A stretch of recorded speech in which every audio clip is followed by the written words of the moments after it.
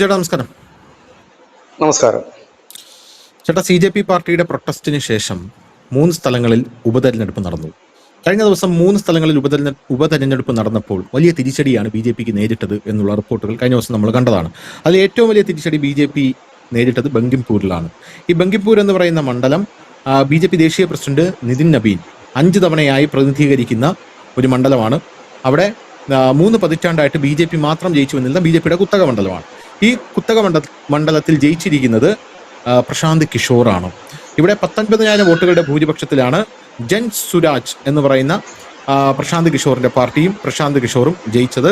അപ്പോൾ ഇത് BJPക്ക് വലിയ തിരിച്ചടിയാണ്. 19,000 വോട്ടിന് ജയിച്ചത് വലിയ തിരിച്ചടിയാണെന്നാണ് പല ആൾക്കാരും വിലയിരുത്തുന്നത്. CJPയുടെ പ്രൊട്ടസ്റ്റിന് ശേഷം ജനരോഷം ഇരമ്പിയതിന്റെ ഭാഗമായിട്ടാണ് ഇതെന്ന് പറയുന്നു.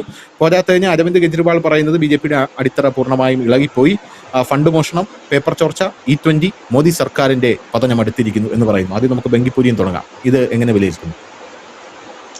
ബങ്കിപ്പൂര് ശരിക്കും പറഞ്ഞാൽ നിതിൻ നബീന്റെ സിറ്റിംഗ് സീറ്റ് ആണെങ്കിലും അദ്ദേഹത്തിന്റെ അച്ഛന്റെ ആയിരുന്നു. അച്ഛൻ അവിടെ നിന്ന് ജയിച്ച് വരുന്നു. അദ്ദേഹത്തിന്റെ കാലശേഷം, അദ്ദേഹം മരിച്ചതിന് ശേഷം മകൻ മത്സരരംഗത്ത്, അദ്ദേഹം വളരെ പ്രായം കുറഞ്ഞ സമയത്ത് തന്നെയാണ് അദ്ദേഹം മത്സരിക്കുന്നത്. അവിടെ മന്ത്രിയായിരുന്നാണ്, തുടർച്ചയായി അദ്ദേഹം ജയിച്ചിരുന്നൊരു സ്ഥലം തന്നെയാണ്. അവിടെ ഇത്തവണ 2 ആരോപണങ്ങളാണ്. വളരെ രസകരമായ ഒരു ആരോപണം BJPയുടെ ആണ്. അവർ പറയുന്നത് അവിടെ RJD, മറ്റേ ലല്ലു പ്രസാദിന്റെ പാർട്ടി മത്സരിച്ചപ്പോൾ കഴിഞ്ഞ തവണ 46,000 വോട്ട് കിട്ടി, ഇത്തവണ 15,000 വോട്ടിലേക്ക് അവർ കുറഞ്ഞു. അപ്പോൾ ബാക്കി വോട്ട് ഈ പ്രശാന്ത് കിഷോറിന് മറിച്ചു കൊടുത്തു എന്നാണ് BJP ആരോപിക്കുന്നത്. അത് ഏറെക്കുറെ സത്യമാണ്. കാരണം പക്ഷേ BJPയുടെ കോർ വോട്ടില് 1/3 കുറഞ്ഞിട്ടുണ്ട്. അത് BJP സമ്മതിക്കുന്ന കാര്യവുമാണ്. അവർ അത് പബ്ലിക്കായിട്ട് പറഞ്ഞു, ഞങ്ങളുടെ കോർ വോട്ട് ബാങ്കിൽ വിള്ളൽ വീണിരിക്കുന്നു, ഞങ്ങളുടെ കോർ വോട്ട് 1/3 വോട്ട് ചോർന്നു പോയിരിക്കുന്നു. ഇവിടെ ഇപ്പോൾ ഈ RJDയുടെ നേതാവ് ഇപ്പോൾ പറഞ്ഞിരിക്കുന്നത് BJP വോട്ട് മറിച്ച്, BJPയുടെ സ്ഥാനാർത്ഥിയാണ് അവിടെ ജയിച്ചിരിക്കുന്നത്, BJP വോട്ട് മറിച്ച് ഈ പ്രശാന്ത് കിഷോറിന് കൊടുത്തു, പ്രശാന്ത് കിഷോറിനെ ജയിപ്പിക്കുകയായിരുന്നു എന്നാണ് ഇപ്പൊ അവരുടെ ആരോപണം വന്നിരിക്കുന്നത്. ആരോപണങ്ങൾ അവിടെ നിൽക്കട്ടെ. ഇവിടെ ഈ ബങ്കിപ്പൂരിന്റെ പ്രത്യേകത എന്ന് പറഞ്ഞു കഴിഞ്ഞാൽ, അവിടെ കുറച്ചു നാൾക്ക് മുമ്പ് ഈ ധർമ്മേന്ദ്ര പ്രധാന്റെ ഈ UGC അട്രോസിറ്റി ബില്ല് കൊണ്ടുവരാനുള്ള ഒരു നീക്കത്തിനെതിരെ വലിയ പ്രക്ഷോഭം നടന്ന ഒരു പ്രദേശം കൂടിയാണ് ഈ പറയുന്ന പ്രദേശം, ഈ ഒരു മണ്ഡലം. അപ്പോൾ ആ ഒരു ഭാഗം BJPയുടെ കോർ വോട്ടാണ്. അതിനെതിരെ അന്ന് ABP ഒക്കെ പ്രതിഷേധമായിട്ട് രംഗത്ത് എത്തിയിരുന്ന ഒരു സമയം കൂടിയാണത്. UP-യിലെ യോഗി അത് ഈ നടപ്പാക്കത്തില്ലെന്ന് പറഞ്ഞ് അവസാനം ധർമ്മേന്ദ്ര പ്രധാൻ ആ ബില്ല് പിൻവലിക്കേണ്ടി വന്ന ഒരു സാഹചര്യം കൂടി ഉണ്ടായി. ബില്ല് വന്നിട്ടില്ല, അത് കരടായിരുന്നു. ആ കരട് പിൻവലിക്കേണ്ട ഒരു സാധനം കൂടെ. അപ്പോൾ ആ ഒരു വിഭാഗത്തിന്റെ വോട്ട് എന്ന് വേണമെങ്കിൽ നമുക്ക് പറയാം.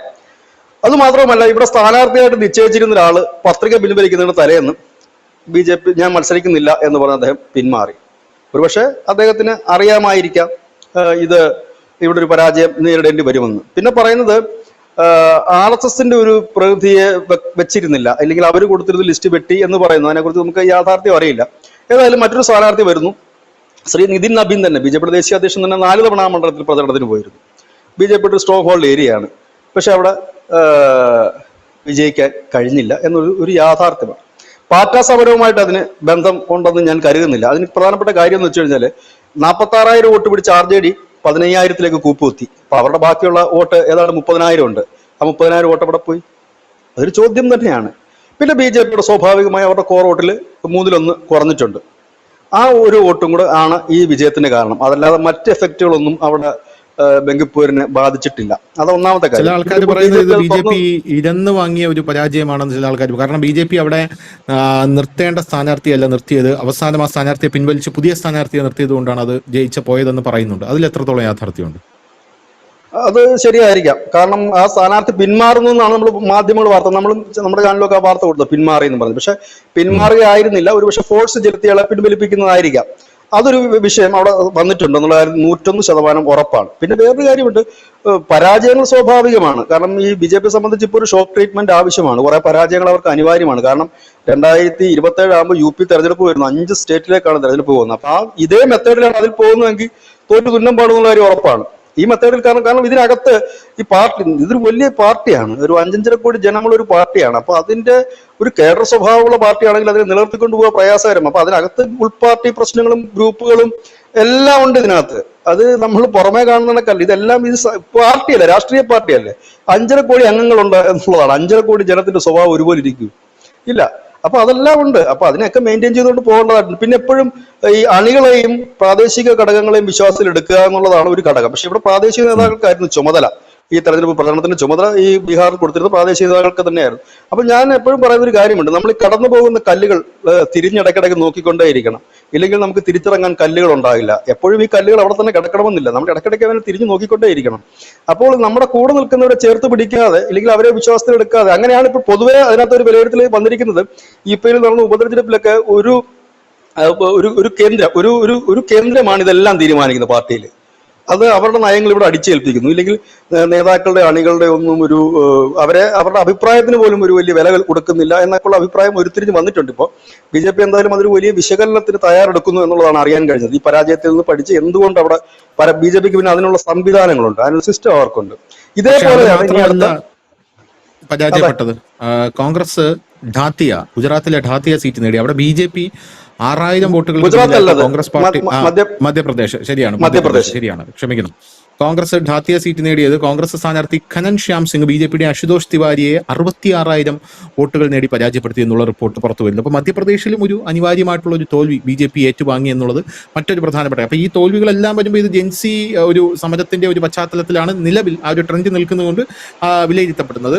BJP ജയിക്കാൻ സാധിച്ചത് മഞ്ചൽപൂരിൽ മാത്രമാണ്. ഗുജറാത്തിലെ വഡോദര ജില്ലയിലെ മഞ്ചൽപൂർ നിയമസഭാ സീറ്റിൽ അവിടെ ഉപതെരഞ്ഞെടുപ്പിൽ കോൺഗ്രസ് സ്ഥാനാർത്ഥി ഭിഖാഭായ് റബാരിയെ 30,000 വോട്ടുകൾക്ക് പരാജയപ്പെടുത്തി. BJP സ്ഥാനാർത്ഥി സതീഷ് പട്ടേൽ അവിടെ വിജയിച്ചു എന്നുള്ളത് മാത്രമാണ് BJPക്ക് കഴിഞ്ഞ ദിവസം ആശ്വസിക്കാൻ കിട്ടിയിരിക്കുന്നത്. അതും BJP ഗുജറാത്തിലാണ്, ഗുജറാത്ത് BJPയുടെ കോട്ടയാണ്. പക്ഷെ മധ്യപ്രദേശിലും ഈ ബീഹാറിലും ഉണ്ടായ ഈ ഒരു നീക്കം അല്ലെങ്കിൽ ഈ ഒരു തിരിച്ചടി അത് വലിയ രീതിയിൽ BBC അടക്കമുള്ള മാധ്യമങ്ങൾ ആഘോഷിച്ചുകൊണ്ടിരിക്കുകയാണ്. അല്ല, മധ്യപ്രദേശിലെ തോൽവിയുടെ കാരണം വളരെ സിമ്പിളാണ്. നരോത്തം മിശ്ര എന്ന് പറഞ്ഞ അവരുടെ ഏറ്റവും മുതിർന്ന നേതാവിനെയാണ് അവിടെ മത്സരിപ്പിക്കാൻ ഇരുന്നത്. പക്ഷെ അദ്ദേഹത്തിന് സീറ്റ് കൊടുത്തില്ല. അദ്ദേഹത്തിന്റെ അനുയായികൾ തെരുവിലിറങ്ങി വാർത്തയായിരുന്നു, വലിയ വാർത്തയായിരുന്നു. തെരുവിലിറങ്ങി അവർ വലിയ പ്രതിഷേധ പ്രകടനം നടത്തി. അവസാനം പാർട്ടി ഇടപെട്ടു, നരോത്തം മിശ്രയെ സമാധാനിപ്പിച്ചു. അദ്ദേഹം ഇലക്ഷൻ പ്രചരണത്തിന് ഇറങ്ങി. ഇവിടെ മത്സരിക്കുന്ന കോൺഗ്രസിന്റെ സ്ഥാനാർത്ഥി എന്ന് പറഞ്ഞാൽ പരിണതപ്രജ്ഞനായ ഒരു രാഷ്ട്രീയ നേതാവാണ്. അദ്ദേഹത്തിനെതിരെ മത്സരിച്ചത് അത്ര എക്സ്പീരിയൻസ്ഡ് ആയിട്ട് ഒരാളല്ല. അതും ഒരു പ്രധാന ഘടകം. രണ്ട്, ഈ നരോത്തം മിശ്രയുടെ ഈ എതിർപ്പ് അത് വലിയ രീതിയിൽ അവിടെ വോട്ട് കുറച്ചിട്ടുണ്ട്. അവിടെയും ജെൻസിക്ക് എന്ത് റോളാണെന്ന് എനിക്ക് മനസ്സിലാകുന്നില്ല. ജെൻസിയുടെ റോളല്ല ഇവിടെ രണ്ടിടത്തും സംഭവിച്ചിരിക്കുന്നത്. പാർട്ടിയുടെ പരമ്പരാഗതമായ കേഡർ വോട്ടുകളിൽ ചോർച്ച വന്നിട്ടുണ്ട്. ആ ചോർച്ചയാണ് BJP ഇപ്പോൾ ആദ്യം പഠിക്കാൻ തീരുമാനിക്കുന്ന ഒരു വിഷയം.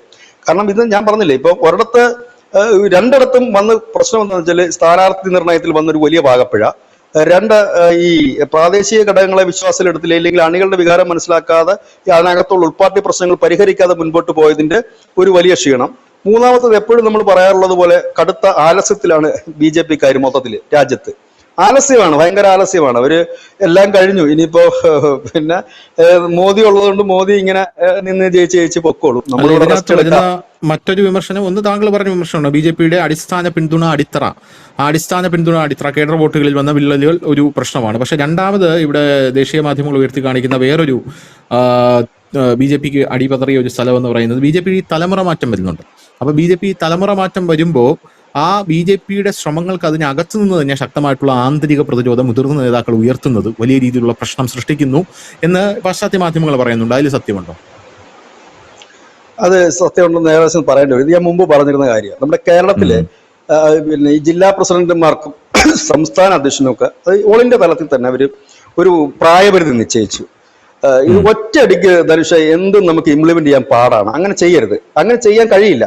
ഇപ്പൊ നമുക്കറിയാം, ഇപ്പൊ ഓരോ ജില്ലയിലും BJPയുടെ ഇപ്പൊ ഇവരുടെ ഈ ക്രൈറ്റീരിയ, അതായത് ഇവർ ഏജ് എനിക്കൊന്ന് 55 വയസ്സ് വരെ പറ്റുമെന്ന് തോന്നുന്നു ജില്ലാ പ്രസിഡന്റായിട്ട് മത്സരിക്കാൻ. അപ്പൊ ഇവർ 56 57 വയസ്സുള്ള ഒരുപാട് എക്സ്പീരിയൻസ് ഉള്ള നേതാക്കന്മാരുണ്ടാകും. അപ്പം അവരെ ഒഴിവാക്കിക്കൊണ്ട് പുതിയ ആളുകൾ അവിടേക്ക് വരും. ഈ പുതിയ ആളുകൾ വരുമ്പോഴെന്നുള്ള കുഴപ്പം എന്താണെന്ന് വെച്ചാൽ പുതിയ ആളുകൾക്ക് ഈ സിസ്റ്റവുമായി ബന്ധപ്പെടാനുള്ള ഒരു പ്രശ്നം വലുതായിട്ടുണ്ട്, എല്ലായിടത്തും ഉണ്ട്. ഒറ്റയടിക്ക് വരുമ്പോൾ ഒന്നുകിൽ ആ ഒരു പുതിയ ആളെ അവിടെ അപ്പോൾ പണ്ടൊക്കെ അങ്ങനെ ആയിരുന്നു, പുതിയൊരാളെ അവിടെ കൊണ്ടുവരുമ്പോൾ സ്വാഭാവികമായി അതിന്റെ താഴത്തെ ഒരു ലെയർ അവർ സ്ട്രോങ് ആക്കും. ജനറൽ സെക്രട്ടറിമാര്, വൈസ് പ്രസിഡന്റുമാര്, സെക്രട്ടറിമാര്, ഇതൊക്കെ ഭയങ്കര എക്സ്പീരിയൻസ് ഉള്ളവരെ കൊണ്ടുവെക്കും. പക്ഷെ ഇവിടെ സംഭവിച്ചതെന്ന് വെച്ചാൽ എല്ലാത്തിനും ഒരു ഏജ് ലിമിറ്റ് കൊണ്ടുവന്നു. അപ്പം ഒരു പറ്റം പുതുതലമുറക്കാർ, എന്തായാലും ഈ തലമുറ മാറ്റം അനിവാര്യമാണ് ഒരു പാർട്ടിയെ സംബന്ധിച്ച്, ഇല്ല മുമ്പോട്ട് പോകാൻ കഴിയില്ല.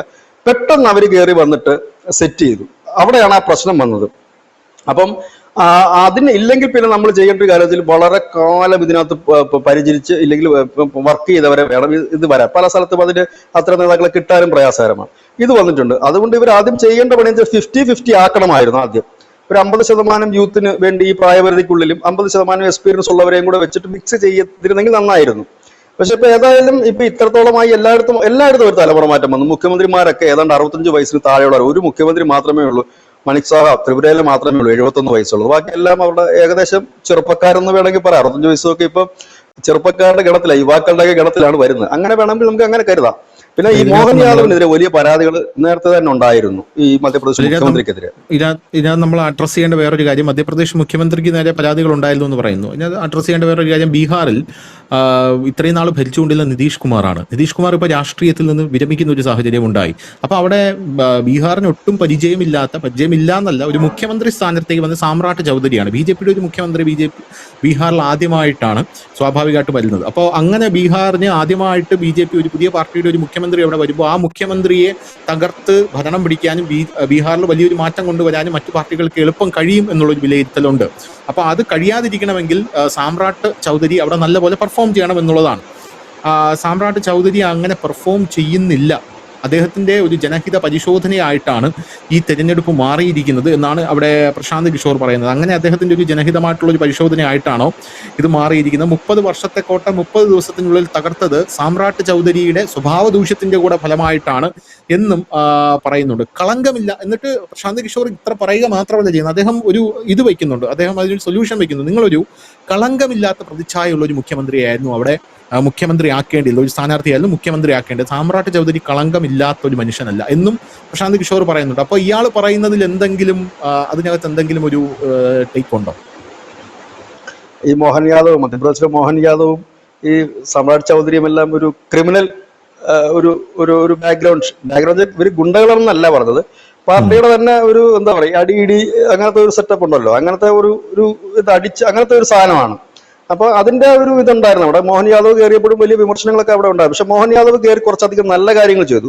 ബീഹാറിലേക്ക് വരുമ്പോൾ ഈ സാമ്രാട്ട് ചൗധരി മുൻകാലങ്ങളിലുള്ള സർക്കാർ ചെയ്ത കാര്യങ്ങൾ തന്നെ തുടർന്നു പോവുകയായിരുന്നു, വികസന കാര്യങ്ങൾ തുടർന്നു പോവുകയായിരുന്നു. ഒരുപക്ഷെ ഇത് ഒരു കണ്ണു തുറപ്പിക്കുന്ന ഒരു ജനവിധിയാണ്. കുറച്ചുകൂടെ അടിത്തട്ടിലേക്ക് ഇറങ്ങി വീണ്ടും പഴയതുപോലെ, പണ്ടെന്ന് പറഞ്ഞു കഴിഞ്ഞാൽ ഈ നേതാക്കന്മാരും അണികളും ഒക്കെ ഒന്നിച്ച് ഇടപഴകിയിൽ ഒന്നിച്ച് മുൻപോട്ട് കട്ടയ്ക്ക് പോകുമ്പോഴാണ് ഇവർക്ക് വലിയ വലിയ വിജയങ്ങൾ നേടാൻ കഴിയുന്നതും ചെറിയ ചെറിയ പ്രോബ്ലംസ് സോൾവ് ചെയ്യാൻ കഴിയുന്നത്. ഇപ്പൊ കുറെ നാളായിട്ട് അങ്ങനത്തെ ഒരു സിസ്റ്റം ഈ പാർട്ടിയിൽ ഇല്ല എന്ന് വ്യാപകമായി തന്നെ ദേശീയ തലത്തിൽ തന്നെ ഒരുപാട് വാർത്തകൾ വരുന്നുണ്ട്.